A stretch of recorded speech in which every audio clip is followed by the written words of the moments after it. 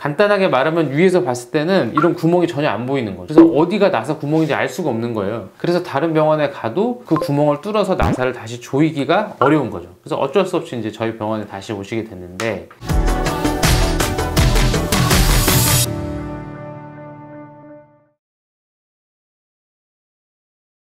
안녕하세요. 평범한 동네 치과의사 서정욱입니다. 오늘은 어찌 보면은 큰 기술이 있거나 그런 건 아니지만, 이제 이런 케이스를 한번 보면은 사소한 게 어떨 때는 또 굉장히 중요한 그런 포인트가 된다는 걸 이 케이스를 통해서 제가 한번 느꼈는데, 여기 이제 사진 보시면 여기입니다.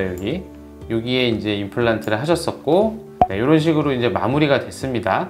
이게 지금 한 3년 전이거든요. 근데 이제 이분이 저희 병원 근처에 어쨌든 가까운 데 사시다가 이사를 가셨어요. 멀리 전라도 쪽으로. 그래서 한번 오시는 게 이제 쉽지 않은 상황이 됐는데, 제가 예전에도 한번 설명드렸었는데, 초창기에 이제 임플란트 맞춤형 어버트먼트라는 것을 몇 번 설명했는데, 이 밑에 있는 요 나사가 임플란트고, 여기가 이제 치아에 해당하는 거고, 이제 여기다 이렇게 모자를 씌우는 거죠. 제가 이제 이런 거는 몇 번 설명드렸었는데, 지금 이제 이 엑스레이를 보면 여기 요 나사 같은 게 요 밑에 있는 임플란트고, 요 중간에 요 쇠가 이렇게 들어가 있고, 이제 위에 하얗게 진한 게 요게 이제 요 모자입니다. 크라운이라고 보통 하죠. 그런데 이제 임플란트가 여러 개가 묶여 있으면 이 나사가 풀리는 경우가 드문데, 이렇게 하나짜리가 좀 안에 있는 나사가 이 어버트먼트랑 임플란트랑 나사로 조여진다고 설명드렸잖아요. 연결되는 방식이 여기 보시면 구멍이 있어요. 저희 이제 홀이라고 하는데, 이걸 이렇게 풀르면 이게 이렇게 쏙 빠집니다. 3피스죠. 임플란트, 이 어버트먼트, 모자. 그래서 저희가 이제 임플란트가 잘 뼈랑 붙었으면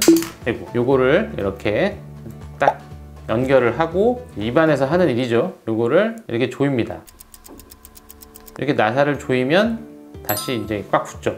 그럼 이제 이게 모자가 씌워져 가지고 씹다가 보면 요 안에 있는 나사가 살살 풀리는 경우가 있어요. 그러면 이제 요 위에가 약간 흔들리거든요. 플란트를 처음 하신 분들은 물론 다 저희가 이제 넣어드린 다음에 설명은 드리거든요. 나사가 살짝 풀려서 이가 흔들릴 수 있다. 근데 이제 이가 흔들리면 처음 경험하시는 분들은 이거 임플란트가 저 뼛속에 있는 것까지 문제가 있는 거 아닌가 하지만, 대부분은 이제 요 위에만 흔들리는 경우가 거의 한 99% 정도 되고요. 여기도 보면 이 모자에도 씌워놨는데 이 나사 구멍에다가 나사를 풀르고 조이려면은 이 크라운에도 이렇게 구멍이 있어요. 그래서 이 구멍을 뚫어 놓을 수가 없기 때문에 나중에 여기를 다른 재질로 메꿉니다. 자, 제가 이렇게 장황하게 이 얘기를 한 이유는, 이제 이 환자분께서 한 3년쯤 지나서 여기가 약간 흔들리신 거예요. 그래서 그냥 근처 병원에 가신 거죠. 왜냐면 저희 병원에 거리가 머니까. 근데 이제 그 근처의 병원에서는 웬만해서는 손을 안 대니까, 그리고 이 나사 구멍이 어딘지를 찾을 수가 없는 거예요. 근데 나사 구멍이 잘 보이는 경우도 있고, 아예 구멍을 안 뚫어가지고 그냥 딱 붙이기만 하는 경우가 있어서, 간단하게 말하면 위에서 봤을 때는 이런 구멍이 전혀 안 보이는 거죠. 그래서 어디가 나사 구멍인지 알 수가 없는 거예요. 그래서 다른 병원에 가도 그 구멍을 뚫어서 나사를 다시 조이기가 어려운 거죠. 그래서 어쩔 수 없이 이제 저희 병원에 다시 오시게 됐는데, 최근에는 그래서 이런 일 때문에 저희가 이렇게 디자인한 파일을 그 치아를 만드는 기공소에서 받아요. 그래서 이 위치를 다 파악을 해놓습니다. 파악을 해놓는다는 게 별거 아니라 이렇게 파일로 환자 차트, 전자 차트에다 저장을 해놓는 거죠. 그러면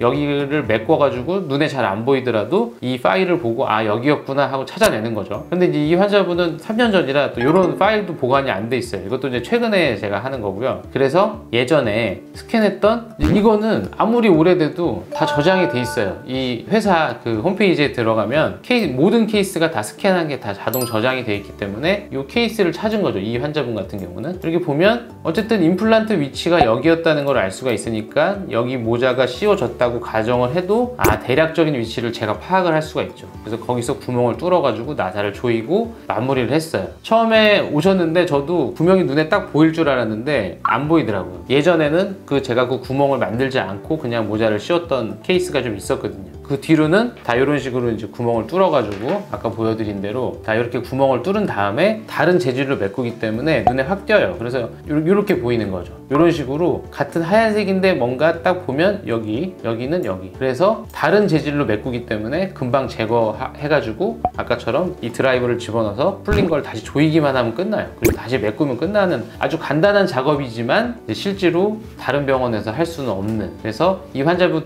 같은 경우에는 이 파일도 없었지만 이게 5년이 지나도 이거는 보관이 돼 있기 때문에 이 임플란트 심은 위치를 보고 대략적으로 그 홀의 위치를 찾아가지고 간단하게 해결했습니다. 사실은 아날로그 방식으로 했을 때 이런 어떤 정보가 없으면 제가 했던 것도 오랜 시간이 지나면 이 홀의 위치를 알 수가 없기 때문에 어떤 경우는 그 크라운을 다 제거해 버려야 되는 아주 그냥 오랜 시간에 걸려서 복잡하게 아예 다시 재제작을 해야 되고 환자분도 한 번 더 오셔야 되고 그랬었는데, 이거는 요 위치만 찾으면 간단하게 조이고 다시 메꾸고 끝나는, 지금은 이런 디지털 이용해서 이런 것도 저 개인적으로는 좀 신기했던 경험이어서 오늘은 이 디지털을 이용해서 임플란트 AS 나사가 풀렸을 때 어떻게 해결하는지 설명드렸습니다. 감사합니다.